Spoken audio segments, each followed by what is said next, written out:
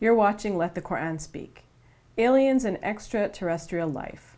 What are extraterrestrial life forms? Are there any verses in the Quran that hint at their existence? If they were to be discovered, what would that mean for human beings and their special relationship with God? Would these beings have the potential to be Muslims too, and to abide by the Quran and the Prophet's teachings? With me to discuss is Dr. Shabir Ali, President of the Islamic Information Center. Brother Shabir, what would it mean for us if there were extraterrestrial life forms? Well, but think about what the term itself means. There's an excellent article about this on the On Islam website. And the article stresses that we must be clear on what we mean by this. When people think about extraterrestrial life forms nowadays, they're thinking about often the Hollywood images are in mind. Of, the green alien with exactly. the odd-shaped head and things like this. And they come to Earth on a spaceship. Yes. And then there are some people who think that perhaps some crash landing of a spaceship in Roswell, New Mexico was carrying alien life forms, and that the U.S. government is somehow suppressing this information lest people be too concerned about this and so on.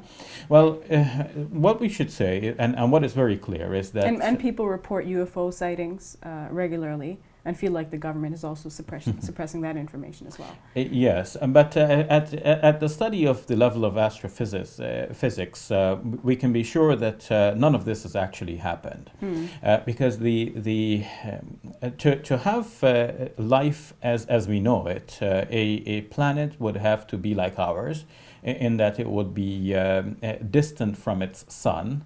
But not too distant enough to not be too hot, and not too far away so that it becomes too cold. It would have to have the right mixture of certain ingredients. It would have to be able to support water, which was essential for life as we know it.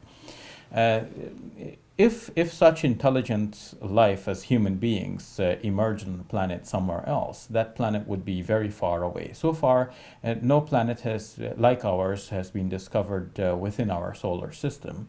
And other systems are very far away.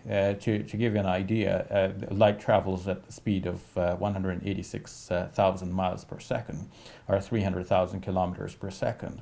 And some other systems are some 4.3 billion light years away.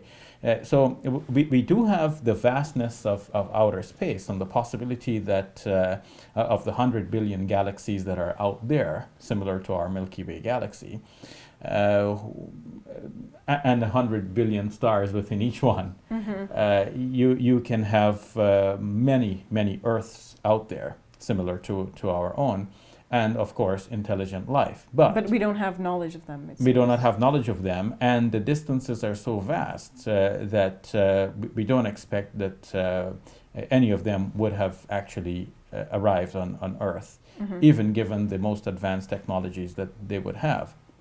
Of course, there's a fear that if there are, if there is extraterrestrial life out there, it's intelligent life, and more intelligent than human beings, perhaps. Yes, and if there were such beings out there, and they had the capability of traveling and coming to Earth, they wouldn't be coming in such isolated instances that are sometimes reported on these conspiracy sites that we can read on the web. They would, the Earth would be teeming with such extraterrestrial visitors, but this is not the case. So, in short, there is no evidence that any such beings have actually visited Earth, at least in our lifetimes. And at the same time, we must allow for the possibility that they do exist. So then your question is there anything in remains, the Quran perhaps that suggests that there are other beings other than human beings that exist? Yes, and this is where I get to your question about the implications of this for Muslim belief. Well, the Quran actually is quite open to the possibility that many Earths do exist, because the first chapter of the Quran says, Alhamdulillahi Rabbil Alameen, praise be to God, the Lord of the worlds. In fact, it says here Alameen, which is universe, but universes in the plural. Okay.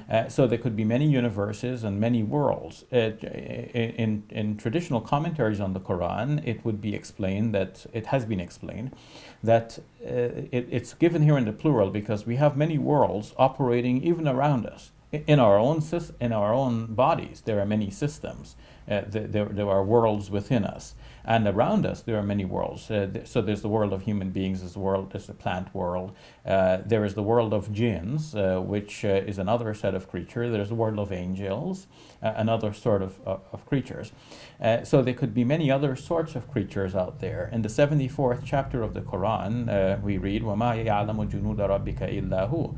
Only God knows his armies or his troops. And another verse in the Quran, in Surah, the 42nd chapter, the 29th verse, it says, وَمِنْ آيَاتِهِ خَلْقُ السَّمَاوَاتِ وَالْأَرْضِ وَمَا بَثَّ فِيهِمَا مِنْ دَابَّةٍ. And of his signs is the creation of the heavens and the earth, and what he has caused to appear in the two of them, in the heavens and the earth, of creatures. So Dabba creatures is what is commonly used for animate life on our planet. And it would seem from this verse that such animate life is scattered throughout the heavens and the earth. Mm-hmm. Would this shake up our understanding of humanity as being sort of special to God? Because when you look at the Quran, there's a lot of emphasis on human beings and on Earth, not necessarily about other planets, other beings out there. If someone had a simplistic understanding, and of course that was the only understanding that for generations people could have, because they saw things within the certain narrow confines of the human experience. As our experience grows now, we can understand these ideas in different ways. So the Quran does say that God has created human beings fi ahsani taqweem, in the best of molds, but it doesn't mean that only human beings have been created in this best of molds. At one time, people may have thought only human beings because everything else they knew were inferior to human beings. But now we can see that there is a possibility that other such beings like ourselves exist in other parts of the world, of the universe. Mm-hmm. But of course, they probably wouldn't have access to the Quran or the Prophet Muhammad's teachings.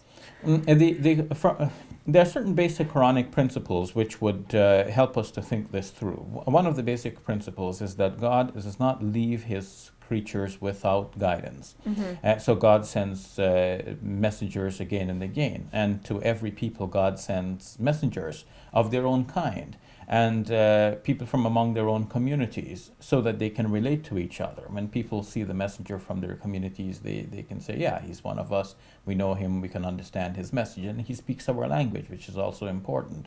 So whatever languages are spoken, or whatever means of communication available for people to transmit ideas, all of this must be used in all of its variety. And God is the master of all of this. He speaks all languages, and he communicates. In the Star Wars films, we have Darth Vader communicating through the mind, right? Well, this is an idea portrayed in a film, but the idea is not ridiculous. It is possible that God's revelation to his prophets is a sort of mental communication. And in that case, we do not need a specific language in which that communication needs to take place. It's one mind speaking to another.